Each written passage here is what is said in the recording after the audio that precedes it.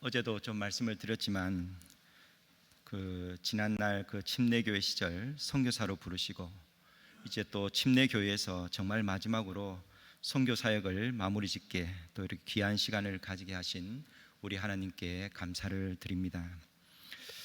어제 소개드렸던 대로 저는 한국기독대학인회 대학생 선교단체에서 파송을 받아서 올해로 20년째 중국에서 한족 대학생들을 상대로 제자 양육 사역을 감당하고 있는 정진욱 선교사라고 합니다.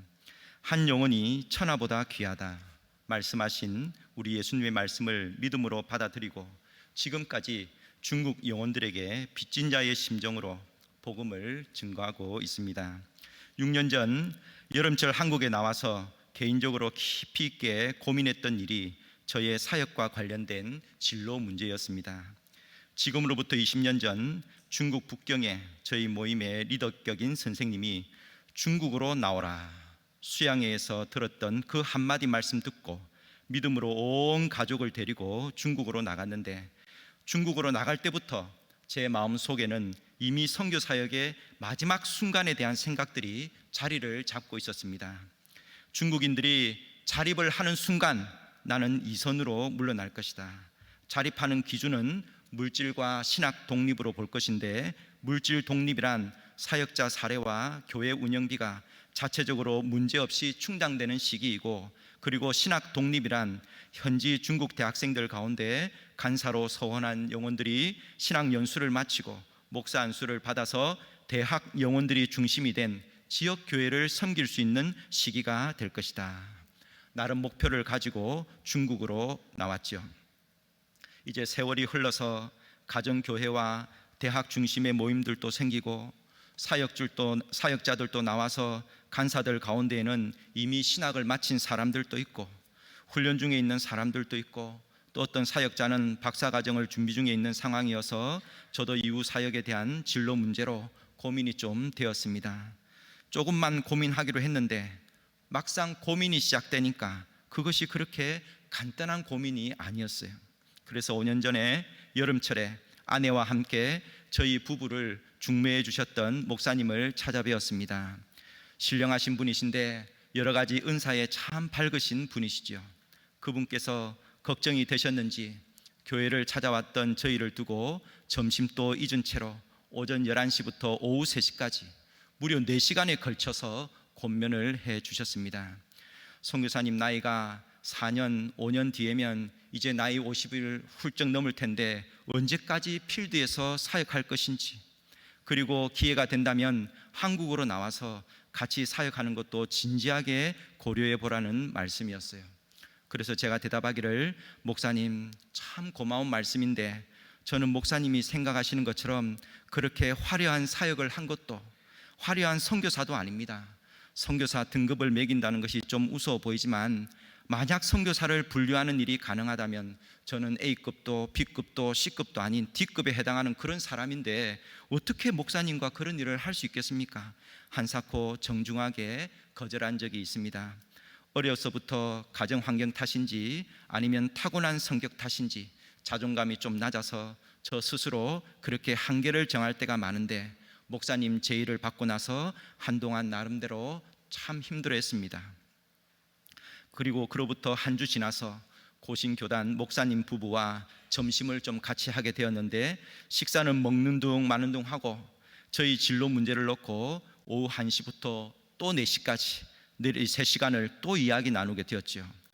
같이 식사하신 목사님은 고신에서 부교육자들에게 조금 악명 높은 목사님 밑에서 무려 5년 동안이나 부교육자로 사역하신 분인데, 그 교회에서 5년 이상 사역을 했다 그러면 그 경력은 일반 교회 경력의 2배로 쳐줍니다. 담임 목사님과 말과 제스처가 상당히 세기 때문에 웬만한 목사들은 잘 견디지를 못해요. 정치 경력도 있고 나름 한 성과라는 제 동기 목사도 결국 견디지를 못하고 6개월 만에 그 교회에서 나올 정도로, 또 다른 동기 목사님은 부임한 지 겨우 3일 만에 공황장애 진단을 받고 2주 만에 그 교회를 나왔던 적도 있어요. 부교육자들에게 상당히 악명 높은 교회인데 그 교회에서 무려 5년을 부교육자로 사역하신 목사님이시니까 상당한 멘탈을 소유하신 분이시죠. 그분이 저를 앞에 두고 이야기를 하십니다. 정 선교사님, 제가 좀 센 이야기 할 텐데 선교사님 마음의 준비를 좀 하시라고. 그리고는 저를 앞에 두고 거침없이 말을 이어갔습니다. 선교사님, 나이가 이제 50인데 제가 볼 때 한국으로 귀환 이미 늦었어요. 한국에 나올 수 있는 시기는 이미 늦었고, 그리고 선교사가 한국에 나와서 사역하는 것은 거의 열의 9이 제가 장담하는데 목회 실패합니다. 간혹 정말 간간히 성공하시는 분 이야기 들리는데 그건 극히 드문 경우고 거의가 실패합니다. 시찰이나 노회나 생리를 모르시기 때문에 한국에 들어오셔서 사역하실 때 굉장히 힘들어 하십니다. 정말 목회 사역 하시려면 올해라도 선교 사역 당장이라도 정리하고 나오세요. 빠르면 빠를수록 좋습니다. 그리고 선교사님, 좀 외람되지만 이제 곧 나이 50 넘어가는데 선교지에서 바로 내일이라도 사모님보다 먼저 돌아가시게 되면 사모님을 위한 어떤 대책이라도 되어 있습니까? 사모님과 자녀들이 먹고 살 수 있는 뭐 어떤 길이라도 좀 되어 있습니까? 아무런 대책도 없잖아요. 지금 그냥 사시는 것 같은데 그건 믿음도 아니고 순진하다 못해서 어리석은 일이에요. 대책이 없다면 직접 대책을 세우세요. 사모님 간호사 하셨으니까 지금이라도 뭔가 하실 수 있도록 일자리 한번 알아보세요. 저는 저희 교회 성도들에게 분명히 이야기합니다. 당신들 우리 자녀들 학비, 우리 생활비 넉넉하게 대라. 대놓고 이야기합니다. 만약 그거 마련하지 못하면 우리가 따로 아궁이에 불을 떼듯이 꿍꿍이를 뗄 것인데 그건 필연적인 일이고, 그러면 서로가 정직하지 못한 결과가 나오는데 그렇게 우리가 뒷돈 챙기는 거 보고 싶으면 그렇게 하시라고. 아니면 우리가 그런 짓 하지 않도록 정확하게 생활비 넉넉하게 대라. 대놓고 저는 이야기합니다. 내리 3시간을 그렇게 말씀을 이어가시는데 정신도 없고 마음도 혼란스럽고, 우리를 위해서 하시는 말씀은 정말 틀림은 없지만 마음이 너무 어지러워서 돌아온 뒤에도 저녁 내내 힘들었습니다. 그러면서 지난 과거 몇몇 일들이 머릿속을 스쳐 지나가기 시작했습니다. 중학교 1학년 학창시절 학생 수양회 때 하나님께 올리는 편지를 쓰면서 선교사로 살아가기로 작정했던 일들, 그리고 그것을 하나님께서 나의 주신 소명으로 알고 학창시절이든 군에서든 대학에서든 나는 앞으로 선교사가 될 것이다, 선교사로 살아가야 된다, 선교사로 준비하는 과정이다, 그렇게 마음에 품어왔던 일들이 주마등처럼 떠올랐습니다. 과거 학창시절 제가 좀 유별나서 가요 부르는 것이나 듣는 것을 지독히 싫어했어요. 왜 그런지 모르겠어요. 오로지 성경, 함께 성경하고 찬송만을 좋아했어요. 등하교 시간에 가방 들고 걸어다니면서 늘 찬송을 불렀어요. 찬송가 가사들은 거의 외우다시피 했는데 반면에 유행했던 가요들은 전혀 몰랐어요. 제 머릿속에 기억하고 있는 가요가 한 곡도 없다는 사실을 결정적으로 알게 된 때가 있었는데, 그때가 언젠가 하면은 군에서 자대 배치를 받고 신병 신고식을 치르는 그날 저녁, 제가 비로소 그 사실을 알게 되었습니다. 신병 훈련을 무사히 마치고 자대 배치를 받아서 내무반으로 들어갔는데 30명 군기 잡힌 고참 군인들 앞에서 신고식을 하게 되었습니다. 침상에 열을 맞춰 앉은 고참들이 새카만 얼굴에 하얀 눈동자만 보이는데 그 당시 제가 얼마나 무서운지, 형광등이 밝게 켜져 있었지만 모든 것이 낯설고 거기 있는 군인들이 제 눈에는 그저 어둡고 캄캄하게만 보였어요. 그때 병장이었던 한 고참이 저에게 노래를 시켰습니다. 그러니까 밑에 군인들이 한 목소리로 노래 일발 장전! 그러면서 노래 한 곡 부르라고 소리치기 시작하는데 제 머릿속이 완전히 하얗게 타들어갔습니다. 왜냐하면 제가 중고등학교 시절 교회 외에는 아무것도 몰랐어요. 그 흔한 가요 하나 외우는 것도 부를 수 있는 것도 한 곡도 없지요. 제가 자꾸 주저하니까 또 다른 병장이 욕을 하면서 화를 냅니다. 그래서 제가 교회를 다녀서 가요를 잘 모릅니다. 그러니까 그럼 아는 찬송가라도 좀 하나 해보라고. 그래서 당장 떠오르는 찬송 하나 불렀는데 큰 실수를 했죠. 그래도 찬송가 가운데 흥이 나는 찬송들이 있잖아요. 뭐 실로암 같은 그런 신나는 가스펠 찬양이라도 불렀어야 하는데, 그때 제가 불렀던 찬양이 야곱이 에서를 피해서 달아나던 광야길, 루스에서 베델의 하나님을 만났던 찬송입니다. 내 주를 가까이 하려 함은 십자가 짐 같은 고생이나 하는 찬송이었어요. 찬송 1절을 부르는데 장송곡처럼 곡조가 흘러나오니까 여기저기서 한숨 소리가 새어나오고 급기야 욕이 쏟아져 나오기 시작하는데 뭐 내무반 분위기가 난리도 아닙니다. 정확하게 꼬일 뻔했던 군생활인데 다행히 찬양 불렀던 그 일이 부대 내의 중대 군종병 귀에까지 들어갔습니다. 참 훌륭한 태권도 선수 출신이었는데 모자에는 딱 4글자 오직 예수 좌우명 쓰고 중대를 활보하며 다니는 군인인데 그분이 저를 부사수로 임명을 하고 보호하면서 다녔습니다. 그래서 군에서도 30개월 동안 오직 예수, 나는 하나님께 부름받은 선교사다, 군대에서도 그렇게 생활을 했던 기억이 있습니다. 그리고 제대한 뒤에 대학생 선교단체, 대학생들에게 순수하게 성경만을 가르치는 이 사역이 저와 딱 맞아떨어져서 그것이 그렇게 좋아서 지금까지 말씀으로 제자를 삼고 제자를 양육하는 일을 저의 평생 선교 사역으로 주신 하나님의 소명으로 알고 지금까지 살아왔지요. 중국으로 부름을 받고 그렇게 20년 가까이 단단히 붙들어 왔던 사명인데 지금으로부터 5년 전 세월이 흘러서 이제 50을 바라보면서 사명이 아닌 나의 진로, 하나님 주신 사명이 아닌 나의 미래, 나의 진로, 내일 일을 위해서 하나님께서 어릴 적 나에게 주셨던 마음, 선교사로 부르셨던 선교의 사명을 두고 고민을 하고 있다는 것이 그렇게 서글플 수가 없어요. 지난번 중국 현지 간사 교육 때에 시카고에서 목회하셨던 83 대신 지난날 박정희 대통령 시절 해병대 소령 출신이셨던 목사님을 만난 적이 있습니다. 간사 교육을 위해서 오신 분이신데 폐렴으로 죽을 고비를 넘기시고 자녀들의 만류에도 불구하고 자신의 사역의 마지막이라 생각하시고 교육을 위해서 중국을 방문하셨습니다. 제가 목사님 폐가 참 안 좋으신데 이번 여행이 너무 무리한 것은 아닌지 걱정이 됩니다. 목사님께서 주님을 위한 일이라면 어디라도 언제라도 가야지요. 목사님 이번 여름철에 진로 문제로 제가 고민이 좀 많았습니다. 목사님께서 정성교사님 주변 바라볼 필요 없습니다. 제가 40대 50대 목사들 사역자들 참 할 말이 많은데 절대로 주변을 바라보지 마세요. 사역자들 가운데 돈을 쫓아다니는 목사들, 자신들의 안위부터 챙기는 목사들 참 많은데 정성교사님이 해야 할 일은 딱 한 가지, 이곳 대학생 사역을 위해서 예수님을 드러내는 일입니다. 선교사님이 하루하루 제자 사역을 통해서 예수님만 드러낸다면 내일이 일이든 모레의 일이든 장래의 일이든 선교사님 걱정하지 않아도 됩니다. 걱정하지 마세요. 제자 사역 열심히 하시고 예수님 드러내시면 걱정할 일이 무엇이 있습니까? 하나님께서 반드시 그 길을 인도하실 것입니다. 그래서 제가 목사님 제가 이미 모든 건 내려놓았습니다. 진로 문제든 노후 문제든 다 내려놓고 이후에 저의 삶이 직사게 고생하는 일만 남았겠지만 그럴지라도 저는 주를 위해 살도록 하겠습니다. 그러니까 목사님께서 선교사님 그거 그렇게 말하시면 안 됩니다. 제가 아는 주님은 주를 위해 살아가고 주의 이름을 높이는 자들의 삶에 대해서 반드시 보상하고 보답하시는 하나님이셨는데 직사게 고생한다는 말은 어울리지를 않아요.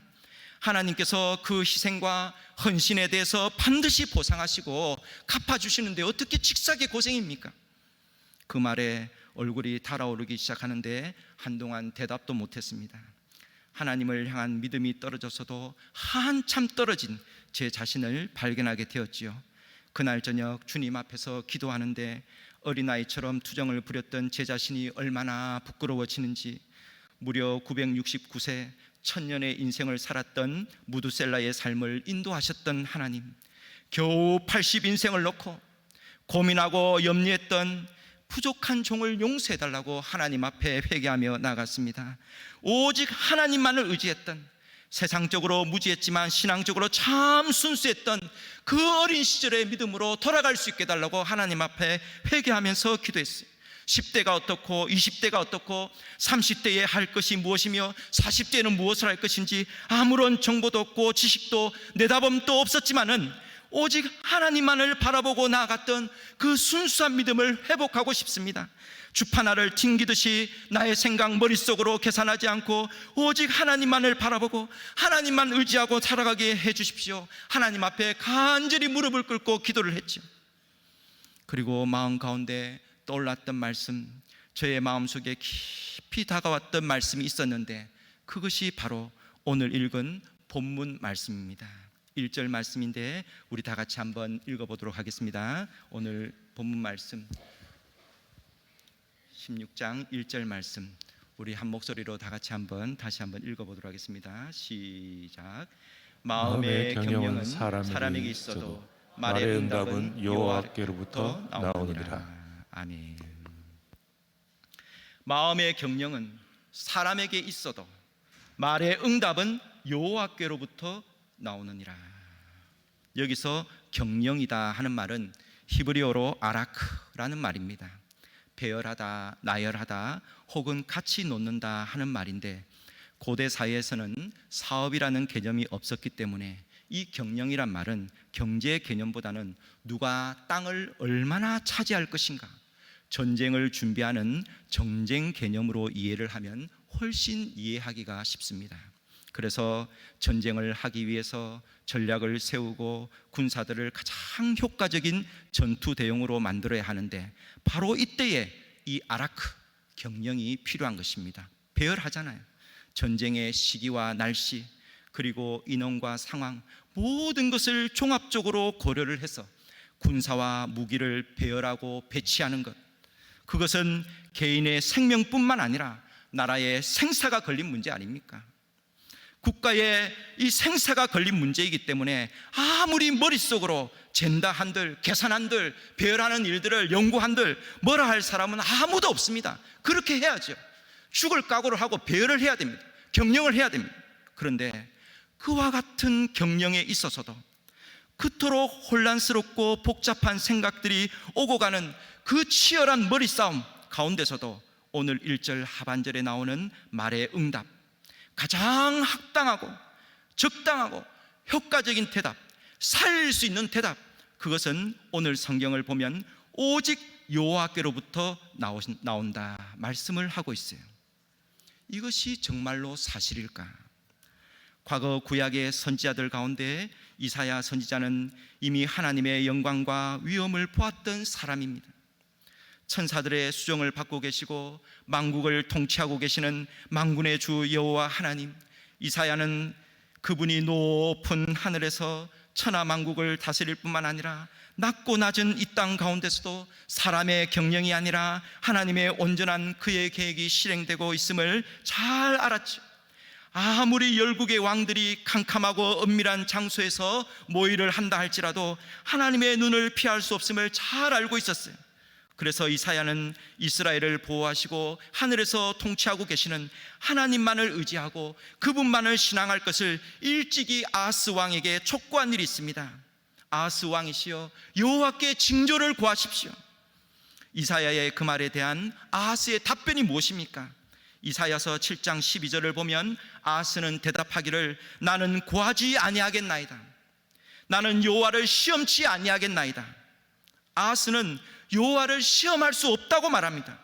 얼핏 들으면 그의 말이 아주 믿음이 좋은 것처럼 들립니다. 하나님을 나는 시험하지 않겠습니다. 그런 징조를 구하지 않겠습니다. 굉장히 믿음이 좋은 것처럼 들리지만 그러나 그의 마음의 중심은 이미 철저히 자신의 경영을 따르고 자신의 머릿속의 계획을 의지했던 사람입니다. 열국을 의지하니까 하나님을 바라볼 필요가 없습니다. 자신의 경영이 있으니 하나님의 경영을 따라갈 필요가 없습니다. 이미 머릿속에는 아수르를 계산해 놓고 있어요. 계산이 섰다 판단을 한 것입니다. 하나님을 배신하고 아수르를 의지하기로 작정을 하고 있습니다. 머릿속에 하나님보다는 자신의 생각으로 가득 차 있으니 어떻게 하나님의 경영을 따라갈 수가 있습니까? 아수르의 군사력을 생각할 때에 하나님의 보호라는 것은, 하나님의 인도하심이라는 것은 별 가치가 없습니다. 눈에 보이지도 않는 하나님, 내가 불러도 응답하시지 않는 하나님, 느껴지지도 않는 하나님, 어떻게 그분을 인도하심을 믿고 나갈 수가 있단 말입니까? 물론 그렇게 도와준다면 땡큐지만은 내 편에서 그렇게 절박하게 붙들 필요가 없는 것이죠. 그러나 그와는 반대로 다윗의 모습은 어떻습니까? 전쟁에 관한한 백전백승의 다윗이었지만 전쟁을 앞두고 꼭 습관처럼 하는 일이 있었어요. 그것은 하나님 앞에 나아가서 자신의 모든 경영을 내려놓는 일이었습니다. 하나님의 대답을 얻기 위해서 하나님의 이름을 불러가면서 기도를 하면서 힘을 다하는 모습이었어요. 바로 내일이면 전쟁이잖아요. 바로 내일이면 칼을 들고 싸워야 됩니다. 창을 들고 싸워야 되는 그날이, 내일이면 마주하게 될 적장과 적군을 바로 눈앞에 코앞에 두고도 자신의 경영을 내려놓고 철저하게 하나님의 경영을 따랐던 사람이죠. 다윗입니다. 사실 군대를 정비하고 준비하는 일도 중요한 일이지만 구약의 이스라엘의 지도자에게 있어서 제일 먼저 있어야 했던 것은 하나님 앞에 무릎을 꿇는 일이었어요. 왕에게 있어서 가장 필요하고 또 요구되는 것은 하나님을 의지하고자 하는 바로 그 믿음이었어요. 평소에 하나님을 경외하는 왕들이 큰 위기를 만났을 때 한결같이 취했던 행동들이 무엇입니까? 하나님께 조용히 나아가서 무릎을 꿇었어요. 왕에게는 뛰어난 전략가도 있습니다. 장수들도 있습니다. 지혜를 가르치는 자들이 있었겠지만 그들을 뒤로하고 조용히 하나님께로 나아갔습니다. 그들은 하나같이 하나님을 향해서 기도하고 있어요. 나의 힘이 되신 여호와여, 내가 주를 사랑하나이다. 그리고는 출애굽의 기적을 기억하면서 큰 위로를 받았습니다. 그리고 예루살렘과 함께 하시는 하나님의 음성을 듣고 나서야 비로소 기도의 자리를 틀고 일어났죠. 하나님의 음성을 듣기 전에는 그 자리를 일어서지 않았어요. 마음속 가운데서 신앙의 양심을 통해서 말씀하시는 하나님의 그 음성을 듣기 전에는 사람들이 일어나지를 않았어요. 말의 응답은 여호와께로부터 나오느니라. 오늘 이 자리에 모인 사랑하는 성도 여러분, 저와 여러분은 인생의 중대한 기로에 서 있는 그 절대절명의 그 위기의 순간에 누구를 의지하고 누구에게 더 기대려고 하고 있습니까? 하나님을 믿는 나의 그 믿음이 말과 행동으로 참되게 나타나고 있는지 우리 자신을 좀 돌아봐야 하겠습니다. 한동안은 우리가 하나님의 뜻이 무엇인지 잘 몰라서 헤맬 때가 있을 수도 있죠. 요셉은 무려 장장 15년 동안이나 하나님의 뜻이 어디에 있는지 전혀 알지를 못했어요. 인생을 보십시오. 형들에게 팔리고 있잖아요. 옥에 갇히잖아요. 배신을 당하잖아요. 억울한 억살을 살잖아요. 15년 동안, 무려 15년 동안 하나님의 뜻은 어디에 있는지 전혀 알 수가 없다고 말합니다. 그렇게 헤매왔어요. 나오미도 그렇고 룻도 그러하고 욥도 그러했지 않습니까? 여기 있는 우리도 어쩌면 왜 이렇게 나는 질병으로 고통을 겪고 있는지, 나는 왜 이렇게 생활고에 찌들려서 살아가야 하는지, 나는 열심히 신앙한다고 하는데 왜 나는 이렇게까지 방황을 해야 하는지 헤맬 수 있고 방황할 수 있습니다. 그럴 때는 기도도 잘 나오지를 않습니다. 하나님 하고 울부짖었다가도 오히려 속에서 갑자기 화가 끓어오를 수도 있습니다. 그럼에도 불구하고 성도 여러분, 저와 여러분은 하나님이 나의 이러한 시련과 고민, 이러한 일을 나에게 허락하신 데는 분명하신 하나님의 뜻이 계실 것이다. 하나님의 말할 수 없는 그 선하신 뜻이 있다. 믿음을 놓쳐서는 절대로 되지 않습니다. 이것이 바로 우리의 소망이고 우리의 생명, 우리의 신앙의 핵심이, 이 고난이 때가 되었을 때 우리의 믿음을 자라게 하시고 성숙케 하셨던, 그래서 나중에는 그것이 반드시 주님 안에서 의미가 있고 가치가 있고 그렇게 은혜스러운 축복으로 바뀐다는 믿음을 꼭 가지고 있어야 합니다. 왜냐하면 하나님께서 하나님의 뜻으로 경영하시는 것은 그것이 개인이든 가정이든 국가의 경영이든 하나님은 반드시 합력하여서 선을 이루시는 분이기 때문에 그런 것입니다. 오늘 3절 말씀이 그렇죠. 우리 3절 말씀 우리 한 목소리로 읽어보도록 하겠습니다. 16장 3절 말씀입니다. 우리 한번 다 같이 한 목소리로 말씀을 읽어보도록 하겠습니다. 시작. 너의 너의 행사를 행사를 여호와께 맡기라. 그리하면 내가 경영하는 것이 이루어지리라. 너의 행사를 여호와께 맡기라. 그리하면 내가 경영하는 것이 이루어지리라. 여기 이루어지다 하는 말은 코누라는 히브리 동사인데 영어로 셋업에 해당하는 의미를 가지고 있습니다. 한 번은 선교사 미팅 때에 자기소개를 중국어가 아닌 영어로 해야 되는데 제가 중국말만 20년 동안 했기 때문에 영어고 뭐고 없습니다. 외국어 하면 무조건 중국어죠. 그래서 영어로 자꾸 소개를 하라는데 중국말만 떠오르고, 그래서 My name is 하고 이름 소개하고 내 아내는 한 명이다 말해야 되는데 My wife is one 이랬습니다. 맞는지도 모르겠고, 또 그러니까 필리핀에서 온 사역자가 엄지를 치켜 세우고 어쨌든 뭐 그렇게 소개를 끝낸 적이 있는데, 이 셋업이란 말이 사전을 찾아봐도 금방 의미가 쉽게 다가오지를 않았어요. 그러던 차에 어느 날 중국 천진의 공항에서 자녀들 학교 영어 선생님을 정말 우연히 만나게 되었어요. 만날 수 없는 자리인데 어떻게 그 시간대에 학교에 나가셔야 될 분이 왜 공항에 나와 있는 것입니까? 반가운 마음에 뭐라도 좀 공부해야 되겠다 싶어서 이 셋업이란 말을 여쭙게 되었습니다. 그러니까 그 영어 선생님이 그 셋업에 관해서 얼마나 상세하게 가르쳐 주시는지. 이 셋업이란 말은 그냥 셋이란 말과 다르다. 셋은 어지러워진 물건들을 한자리에 차근차근 정리하는, 그래서 뭐 소품을 정리하다 그런 의미로 사용하지만, 그러나 이 셋업이란 말은 단순히 물건들을 정리하는 것이 아니라 완벽한 설계를 의미한다. 업이란 것이 다운이란 말과 짝을 이루지 않고 업이란 말만 나온다면 그것은 완전한, 완벽한, 컴플리트, 완전이란 의미를 가지게 되는데, 따라서 이 셋업이란 말은 텐트를 치다, 회의장을 완벽히 설치하다, 특별히 사람의 눈에 보이도록 뭔가를 완벽하게 만들어 놓다라는 의미를 가지게 된다고 말하죠.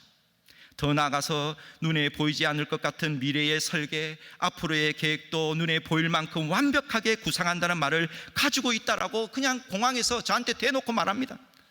셋업을 설명하시는데 그 남자 영어 선생님 입을 쳐다보면서 제가 얼마나 은혜가 되는지 셋업이란 말을 놓고 해석을 놓고 고민을 하는데 그 영어 선생님 입에서 셋업이란 말이 줄줄줄줄 나옵니다.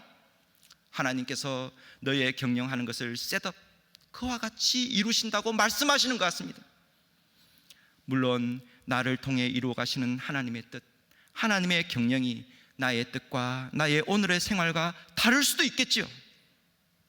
천진에서 주일날 예배 가기 위해서 현관문을 나서기 전에 거울을 보면서 저도 모르게 무심코 손으로 머리를 살짝 빗어 올렸습니다. 그러니까 셋째 딸이 선교사가 그렇게 못을 부려도 돼? 이랬어요. 그래서 이것은 못 부리는 것이 아니고 다른 사람을 위한 예의 차원에서 그냥 내려온 앞머리를 손으로 빗어 올린 것이야. 그러니까 딸아이가 그래도 선교사가 그러면 안 되지. 그래서 선교사가 그럼 항상 꾀죄죄하게 그렇게 다녀야 하나? 그러면 깨놓고 말해서 니는 선교사 딸인데 아빠가 꾀죄죄하고 그러면 니도 똑같이 그렇게 살아야 돼. 그러니까 자기는 아니라고 이야기합니다. 그래서 니는 왜 아니고 물으니까 자기는 하나님의 신실한 성도고 아빠는 주의 종이기 때문에 자기는 성도로 얼마든지 깨끗하게 잘 살아갈 수 있지만 아빠는 종이기 때문에 servant, 좀 그렇게 꾀죄죄하게 좀 살아도 된다고. 그래서 제가 주일날 늦어지는지도 모르고 계속해서 그러면 성경의 바울은 나는 비천에 찰 줄도 알고 풍부에 찰 줄도 안다고 그랬는데 아빠는 맨날 굶고 비천하게 평생 그렇게 살아야 되나? 그러니까 평생 그렇게 살아라고. 그래서 그 이유가 뭐냐? 그러니까 어려워야지 하나님 앞에 잘 되도록 해주세요 기도하기 때문에 하나님께서 그 기도하는 그 느낌을 알게 하기 위해서 그런 것이니까 그냥 아빠는 그렇게 살으라고 이야기합니다. 제가 시간도 없고 치사하기도 하고 해서 더 이상 말 안 했어요. 그리고 그건 딸아이의 말이고 저는 신경도 쓰지 않습니다. 그렇지만 그 느낌을 알게 하기 위해서란 말은 솔직하게 마음에 좀 걸렸어요. 사실 하나님의 경영의 방식, 그것은 어쩌면 우리가 생각했던 것보다도 훨씬 더 좁고 협착한 길일 수가 있습니다. 그러나 하나님은 모세의 인생을 비록 40으로 3번 고통스럽게 나누었다 할지라도 모세를 통해서 큰 구원의 역사, 하나님의 경영을 통해서 감격을 허락하고 있지 않습니까?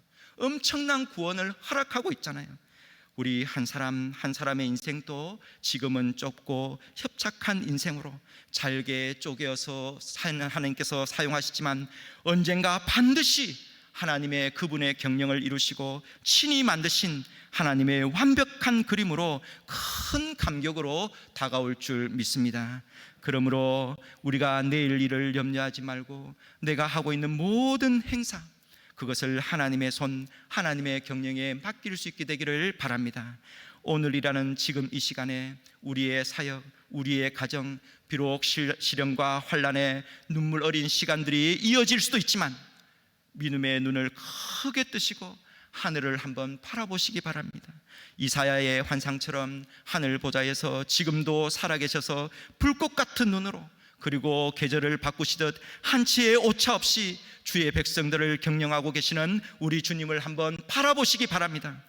오늘 우리의 흐르는 눈물을 받으시고 내일이라는 시간에는 반드시 위로와 격려의 열매로 30배로 60배로 100배의 만족으로 경영하시는 하나님, 그분이 가져오실 큰 기쁨의 순간이 저와 여러분의 삶과 인생 가운데서 셋업되어서 나타나시기를 진심으로 바랍니다.